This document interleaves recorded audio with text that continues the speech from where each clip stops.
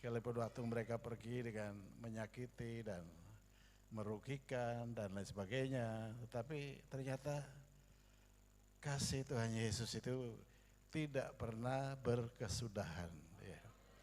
Tidak pernah berhenti, sehingga kita tidak ingat mereka ini dulu kayak apa ya. Gitu. Yang kita tahu mereka sekarang sedang memberi diri, merendahkan hatinya untuk datang kepada Tuhan. Jadi waktu wahyu keilahian yang diberikan oleh Tuhan,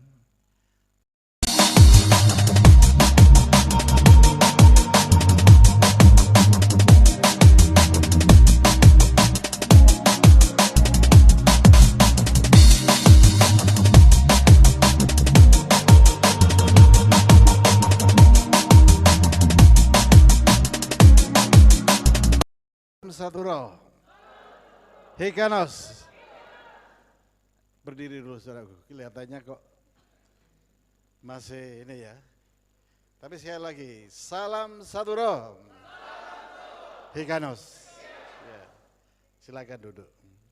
Mungkin dari Pak Hormat ada tambahan? Ya. Ya, beliau masih lama di sini saudaraku, jadi dihemat dulu apa yang mau disampaikan ya. Ya. Jadi apa yang sudah disampaikan Pak Otis tadi itu memang yang sedang kita kerjakan sekarang ini saudaraku ya. Jadi menjadi beban dalam hati saya bahwa kita tidak menginginkan hanya jumlah yang banyak. Ya. Kita melihat perkembangan terjadi di berbagai tempat. Di kalangan GPI Jalan Suci ini, terutama pembangunan tubuh Kristus ya. Di Sulawesi, di Sumatera, Papua ya, dan NTT, begitu banyak orang-orang yang begitu terbuka yang terpanggil. Dan ada satu gelombang yang saya lihat seperti yang sedang terjadi sekarang ini, kayak di Sulawesi dan di beberapa tempat. Orang-orang yang dulu merupakan bagian dari kita yang sudah menerima benih-benih kebenaran ini, sekarang ini pada balik semuanya. Ya. Haleluya. Ya. Oleh sebab itu kita mesti menyambut mereka sekalipun ada yang cukup terlambat. Ya. Tetapi bagi Tuhan tidak ada yang terlambat. Kalau orang mau datang membuka hati dan kembali kepada rencana dan kehendaknya, itu pasti kita juga akan menyambutnya dengan sukacita. Ya. Sekalipun waktu mereka pergi dengan menyakiti dan merugikan dan lain sebagainya, tetapi ternyata kasih Tuhan Yesus itu tidak pernah berkesudahan. Ya. Tidak pernah berhenti, sehingga kita tidak ingat mereka ini dulu kayak apa ya. Gitu. Yang kita tahu mereka sekarang sedang memberi diri, merendahkan hatinya untuk datang kepada Tuhan. Jadi waktu wahyu keilahian yang diberikan oleh Tuhan, saya memang melihat bahwa perlu ada satu pemulihan, inovasi-inovasi dari Roh Kudus ya, sehingga kita bisa mencapai satu dimensi tahap yang sebetulnya Tuhan sudah rancangkan kepada kita semuanya ya. Jadi tingkat ibadah kita, penyembahan kita, kepenuhan Roh Kudus yang bekerja memimpin kita ya, itu bisa menjangkau semua orang dan setiap kita bisa terbawa kepada dimensi itu ya. Artinya tidak hanya sekedar rame-rame saja ya. Tidak sekedar sekarang hirup pikuk dengan satu tema judul yang bagus ya, tetapi ada satu makna yang sangat mendalam yang merupakan satu irama gelombang kehendak Tuhan melalui pewahyuannya. Nah, pada awalnya mungkin kita tidak begitu mengerti, tetapi kalau kita tenggelam dalam hadirat Roh Kudusnya, maka Roh itu sendirilah yang akan membawa kita kepada kepenuhan, kesempurnaan yang Tuhan siapkan kepada kita. Dan dalam hati saya masih banyak yang harus dibenahi. Ya. Sekalipun kita lihat perkembangan terjadi di mana-mana, tetapi perlu ada satu pembenahan tujuannya adalah mencapai tujuan Tuhan yang akhir, yaitu tubuh Kristus selesai dibangun. Tubuh Kristus siap dan Yesus sebagai kepala, dia bisa meletakkan kepalanya di dalam tubuhnya itu. Nah, inilah yang menjadi tujuan akhir kita, ya. Karena pada waktu itulah kita akan melihat bahwa seperti rencana Tuhan, bahwa pada waktu dia datang dengan kemuliaannya, maka kita semuanya sebagai anggota tubuhnya akan bersama-sama dengan dia dinyatakan dalam kemuliaan yang besar dan luar biasa, ya. Jadi itu yang menjadi kerinduan hati kita. Itu sebabnya kalau waktu wahyu ini diberikan, saya sangat antusias sekali bahwa di setiap lini dalam prinsip-prinsip tubuh Kristus ini perlu ada pemulihan, pembenahan.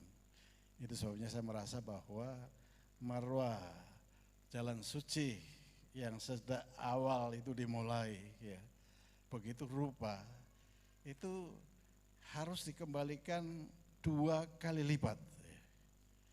Sebab apa, saudaraku? Saya diingatkan dengan peristiwa bagaimana Elisa menerima petunjuk yang dahsyat daripada Tuhan. Waktu Elia itu bertanya kepada Elisa, apa yang harus aku berikan kepadamu? Ya. Ternyata Elisa itu hanya berkata, berikanlah pengurapanmu yang 2 kali lipat itu kepadaku. Ya. Jadi double porsi. Ya. Gerakan ini terjadi sejak tahun 63 ke atas. Ya. Kalau sekarang kita hidup dalam zaman di mana Roh Kudus tetap bekerja di jalan suci ini, kita masuk kepada era itu, di mana akan terjadi satu pengurapan pencurahan api yang luar biasa, ya, 2 kali lipat, ya.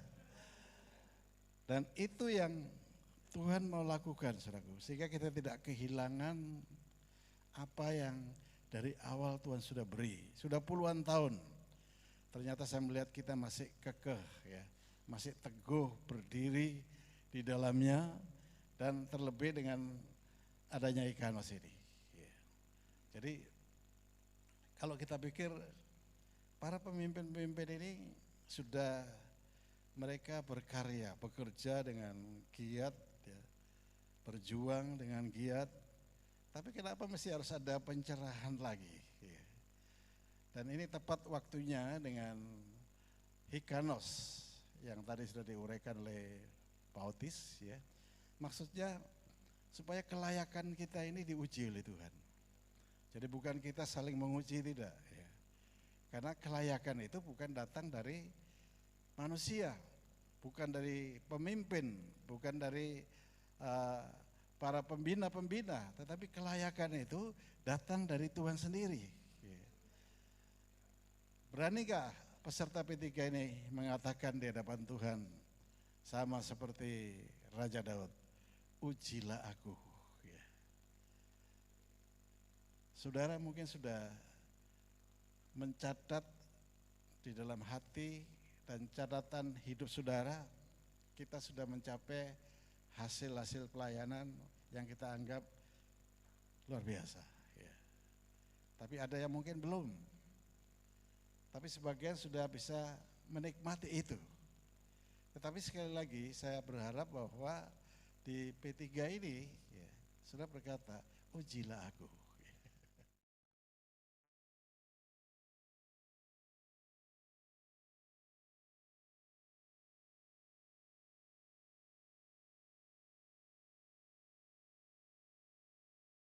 Lalu kenapa nuansa yang ada di dalam Hikanos ini adalah intinya sesudah kelayakan adalah pelayanan yang hidup. Apakah kita hanya melayani peraturan, melayani liturgi biasa, melayani kewajiban, ya, kewajiban-kewajiban yang ada, kalau hanya sampai di situ, ini belum cukup. Pelayanan kita perlu masuk kepada kelayakan dari Tuhan itu. Karena kelayakan itu menghasilkan satu pelayanan kehidupan. Apa yang kita ucapkan, apa yang kita katakan, itu menghidupkan. Setiap kita hadir di dalam kehidupan kita, itu selalu berbau harum di hadapan Tuhan. Bagi orang yang dibinasakan, berbau maut. Ya. Tetapi bagi orang-orang yang terpilih, ya, bau kita ini adalah bau harum yang menghidupkan mereka. Yang lelah, yang capek, bahkan yang mati dibangkitkan kembali. Yang lelah dikuatkan lagi. Ya. Dan inilah yang Tuhan mau. Dan itu tidak perlu terlalu banyak strategi manusia. Tetapi intinya adalah bagaimana kita masuk melalui kelayakannya Tuhan ini, ya, Roh Kudus yang menjadi peran dan bekerja secara maksimal dalam hidup kita. Dan itu bisa terjadi, tidak dengan cara-cara yang biasa. Seringkali kita tahu dan membuat satu indoktrinasi bahwa kalau ditumpangi tangan baru itu terjadi. Atau saya kalau ketemu langsung dan bicara baru itu terjadi. Tidak, saudara. Ya. Hanya lewat suara melalui HP saudara, orang di seberang sana sudah merasakan kehadiran Tuhan. Orang yang di seberang sana, mereka disembuhkan Tuhan. Orang di seberang sana, mereka dibangkitkan Tuhan. Jadi tidak harus, Roh Kudus tidak pernah kalah dengan modernisasi yang sedang terjadi sekarang ini. Kalau kita lihat melalui media sosial yang ada, semuanya dipermudah. Ya. Tetapi sejak dari dulu, Roh Kudus itu sudah lebih mempermudah, lebih daripada modernisasi yang sedang terjadi sekarang ini. Ya. Dan manfaat inilah yang harus kita lihat dan ambil. Ya. Jadi dalam Hikarnos ini, saya tahu bahwa yang hadir, yang ikut P3 yang sekarang ini, dari jumlah tadi sudah disampaikan dan itu masih berkembang. Ya. Ada berapa angkatan di sini. Ya. Ada hamba Tuhan yang sudah pelayanan, yang sudah melalang buana ya, ke berbagai tempat dalam pelayanan. Ada murid-murid yang akan didewasakan, dipersiapkan sebagai pra pendewasaan, ya, juga baru pulang dari pelayanan. Ada yang ketiga, murid-murid P3B yang waktunya ini waktu Tuhan betul memang. Karena apa? Seharusnya mereka ini sudah pulang. Tetapi P3 menahan mereka. Menahan mereka supaya gak menunggu setahun lagi. Apalagi generasi yang sekarang ini kan generasi milenial yang sebetulnya pergerakannya itu tidak boleh lambat kayak orang-orang kolonial. Orang kolonial terlalu banyak sejarah yang dipikirkan, terlalu banyak sejarah yang diceritakan, sehingga mau tujuan A atau B begitu, perjalanannya jauh dulu, muter-muter baru nyampe di situ. Tapi kalau yang sekarang ini dalam bahasa lawang di sini sakdek saknyet gitu ya. Jadi sakdek saknyet itu sekarang apa yang dikatakan jadi.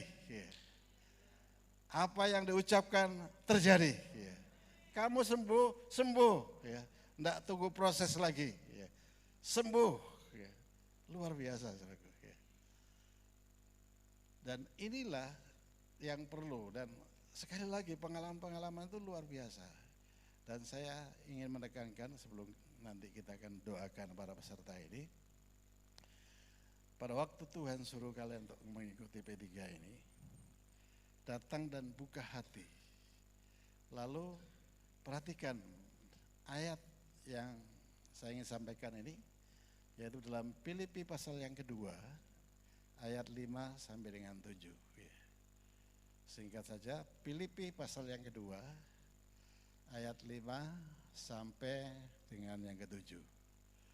Hendaklah kamu dalam hidupmu bersama menaruh pikiran dan perasaan yang terdapat juga dalam Kristus Yesus.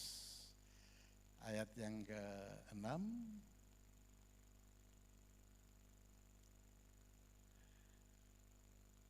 Oh, ini sudah ya. Ayat yang ke-7. Melainkan telah mengosongkan dirinya sendiri dan mengambil rupa seorang hamba dan menjadi sama dengan manusia. Jadi dalam ayat yang sebelumnya dikatakan sekalipun Yesus itu memiliki kesetaraan dengan Allah dalam kedudukannya, tetapi dia mempunyai satu keputusan di mana dia mengosongkan dirinya. Ya. Jadi sekalipun kesetaraan itu dia miliki, kedudukannya cukup tinggi, tetapi dia lupakan itu semuanya dan pada akhirnya dia, coba ditampilkan lagi ayat yang ke-7 itu, melainkan telah mengosongkan dirinya sendiri. Jadi peserta P3, kalau kalian ingin mendapat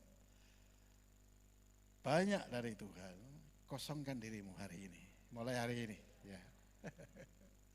Jadi kalau sudah ada yang melayani sekian puluh tahun, ya, saya lihat peserta ini dulu ikut training di tempatnya Pak Dolfi di Jakarta, pernah ikut training di Lawang sini, ya. Bahkan yang terbaru ya P3B ya. Jadi itu semuanya lupakan. Jadi ijazah yang kemarin P3B dapat itu lupakan dulu. Kamu datang mengosongkan diri seperti seorang hamba, sama seperti Yesus. Jadi mengosongkan diri itu artinya nol putul ya. Nol putul itu apa artinya? Kosong, ya, nol, tetapi patah lagi. Ya, nolnya itu patah-patah. Ya. Nol putul, tidak ada apa-apanya. Nah, dengan sikap seperti ini, konsentrasikan saya sedang ada di P3. Tadi disinggung Pak Yohab. Pak Yohab ini dulu orang nomor 1 di Papua, saudaraku. Tapi sekarang mantan, saudaraku. Lalu dia ikut P3 itu, sekarang ikut P3 lupakan. Memang sempat dia ngomong ke saya, saya kan sudah ikut itu apa P3 zaman yayasan dulu, saudaraku. Itu zaman yayasan dulu, bukan P3 namanya, apa itu? LKR, bukan lembaga ya, latihan kepemimpinan rohani. Nah, itu masih latihan, tapi sekarang pemimpin. Nah, jadi setelahnya meningkat ya. Jadi saya bilang sama Pak Yohab, kamu itu dulu zaman itu, ya zamannya ini si A, si B, si C, mereka itu kan pembina-pembinamu sudah pada kabur semua. Ya. Untung sebelum pulang ke surga dia pamit dulu ke Pak Horman waktu itu. Artinya sebelum sesudah kabur, waktunya sudah mau pulang ke surga, dia kasih salam dulu sama Pak Horman. Ya, dia komunikasi dulu. Ya, saya sudah anjurkan Pak, semua harus kembali ke jalan suci katanya. Ini pemimpinnya, saudara, tokohnya. Ya. Tokoh masyarakat jalan suci yang keluar maksudnya. Ya. Dan waktu Pak Horman telepon ke saya, wah puji Tuhan. Tuhan masih begitu memperhatikan orang tersebut. Dan tidak berapa lama, 1-2 hari dia benar-benar pulang. Ya. Itu zaman itu Pak Yohab ya, salah satu pembinanya. Tetapi sekarang masuk di P3 ini, sekali lagi kosongkan semuanya lah. Lupakan pernah ikut LKR, lupakan pernah jadi orang nomor 1 di Papua, lupakan semuanya, lupakan semua ya. Lupakan pernah di P3B ya, lupakan semua dan kosongkan dirimu.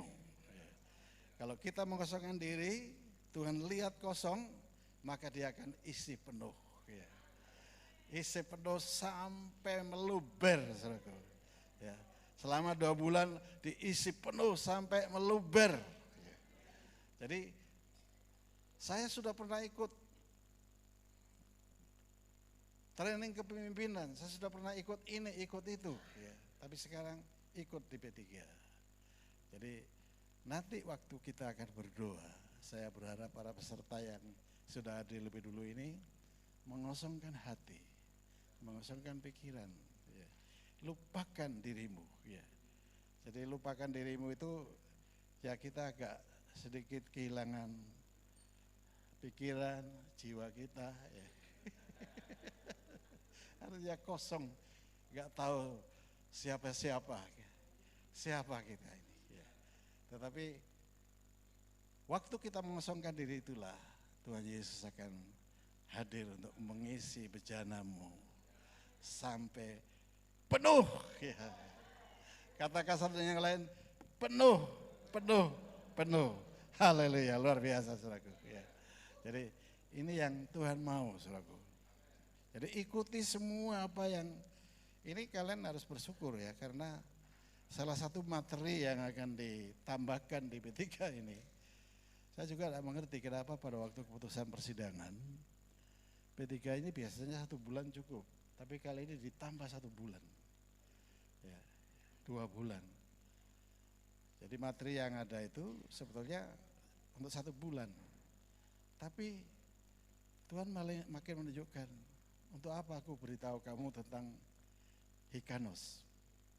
Nah Hikanos itu dipelajari 1 bulan gak cukup saudara. Bicara tentang kelayakan saja, itu menyangkut berbagai aspek, ya. Mulai dengan karakter pribadi, ya, sampai kepada persyaratan untuk menjadi seorang penatua atau pemimpin atau hamba Tuhan, sampai kepada langkah-langkah di dalam pelayanan, dalam ibadah, dalam kebersamaan, kepemimpinan, dan lain sebagainya. Dan ini ternyata membutuhkan waktu. Kenapa? Mesti membutuhkan waktu. Ya. Karena kamu harus lambat berkata-kata, ya. Tapi jangan lambat mendengar. Kamu harus lambat marah, tetapi harus cepat mendengar, supaya waktu Tuhan itu makin pas pada saatnya. Dan kalau sudah pas pada waktunya, maka semuanya indah pada saatnya. Haleluya, kemuliaan bagi nama Tuhan Yesus. Jadi itu intinya saudaraku, dan mungkin nanti akan banyak.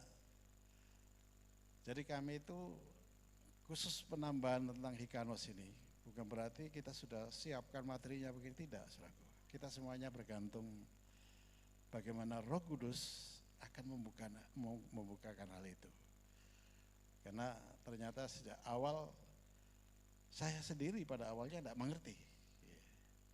Pada waktu saya sampaikan, Tuhan memberikan tema ini, 1 Korintus 2 Korintus 3 ayat 5 dan 6. Terus Hermon itu menanggapi dan dia di bawah Tuhan untuk kepada pengertian ini, ya.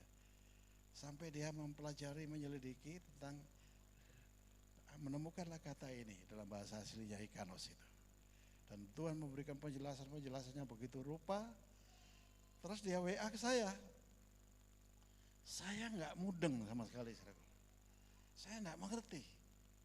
Ini apa maksudnya gitu ya. Ternyata itulah inti daripada ayat yang Tuhan kasih untuk kita persidangan setahun lalu itu. Dan akhirnya Herman tegur saya. Ya begini ini, tapi terlalu lambat untuk menanggapi. Bagaimana jalan suci ini bisa cepat mencapai tujuan yang sekarang Roh Kudus sedang bekerja. Kalau papi sendiri kok enggak, tanggapannya kok lambat sekali. Akhirnya kaget saya. Loh, yang sangat berharga, sangat luar biasa, yang harus kita tekuni, ya, dan kita harus mengamalkannya. Ya. Mengamalkan itu artinya mempraktekkannya, ya. Dan harus, ya. Karena dengan adanya ini akan terjadi satu perubahan yang dahsyat. Sampai pada akhirnya marwah yang tadi saya katakan itu, ya, kehidupan di dalam pelayanan itu memang sungguh-sungguh nyata, bahkan 2 kali lipat. Saya merasakan sendiri itu. Saya sendiri kadang-kadang heran dengan diri saya sendiri. Saya hanya ngomong lewat telepon, kamu sembuh sekarang ini. Ya. Tuhan tolong kamu sekarang, dan sekarang juga. Terus saya tanya, gimana? Iya Bi, kemarin ada salah satu tua-tua di Jayapura. Dia rupanya kena demam dan kedinginan sekali. Waktu saya sampaikan, kamu terima sekarang, ini api lagi mengalir ke kamu. Api Roh Kudus membakar kamu. Api kesembuhan turun, membakar kekhawatiranmu, semua ketakutanmu, dan kamu terima sekarang. Kamu sembuh. Saya tanya, gimana? Aduh, ini mulai enakan. Tambah lama kok tambah panas. Nah itu, api lagi mengalir. Ini di telepon saya. Selesai, saya pikir sudah ya, Tuhan memberkati. Tunggu Pi, ini saya benar-benar sudah sembuh sekarang. Badan saya sudah normal sekali, ya. Sudah hangat, ya. Gak ada lagi rasa dinginnya, sembuh total, luar biasa, saudaraku, haleluya. Ya. Jadi pelayanan-pelayanan yang model begitu yang Tuhan mau, dan semuanya pasti bisa. Semua kita pasti bisa. Jemaat yang ada di sini pasti bisa. Makanya kalau telepon tuh jangan cerita-cerita biasa, katakan perkata. Ya, ini yang selalu saya akhir-akhir ini selalu saya ucapkan. Ya, pagi-pagi saya mau ke kantor, orang telepon saya tidak kenal siapa itu. Kemarin ketelan permen Hux, ya, di tenggorokan saya, sampai sekarang nyangkut katanya. Dari kemarin, iya Pak, makanya Bapak doakan. Terus siapa kamu? Ya, nama saya ini. Terus kok bisa tahu saya? Iya Pak, saya punya teman, anak-anak rohani Bapak itu dekat dengan saya dapat nomor dari mereka. Ya sudah, kalau gitu sekarang kamu berdoa, saya doa dari sini. Saya doakan dalam nama Yesus, permen yang nyangkut itu, ya, dalam hati saya bukan keluar, saudaraku. Permen yang nyangkut itu masuk ke dalam. Terus waktu saya perintahkan begitu, dia batuk-batuk. Loh, kamu batuk ya? Iya, ini Pak bergerak-gerak, tak pikir mau keluar. Kalau batuk kan mestinya keluar ya, kalau ada di sini ditekan punggungnya dia keluar loncat gitu. Tapi ini merambat ke dalam. Terus permennya gimana? Keluar? Enggak keluar Pak, tapi bergerak ke dalam katanya. Oke, sekarang kamu ambil air putih ya. Ambil dan minum. Saya bilang dalam nama Yesus, bablas ini permennya ke dalam, ke lambung. Dia minum, sembuh, saudaraku. Dia beritahu, Pak, sudah enak ya, sudah nak nyangkut lagi. Karena pikiran saya sebetulnya kalau dibiarkan juga pasti hancur ya. Tapi berapa hari gitu, nyangkut di sini. Jadi ada tenggorokan yang kesangkut, ya. Ucapkan dalam nama Yesus, sembuh. Ya. Haleluya. Ya. Inilah pelayanan kehidupan itu. Ya. Jadi bukan karena kita punya kehebatan, bukan karena kita punya pengalaman. Makanya tadi Tuhan bilang kepada semua peserta P3 ini, ya, coba kosongkan hatimu. Jangan pikirkan mereka yang belum datang, nanti mereka ada waktunya juga ya. Pikirkan dirimu sendiri aja sekarang, ya. Katakan dalam hatimu, saya mau mengosongkan diri saya. Apa yang harus dikosongkan? Semua dikosongkan.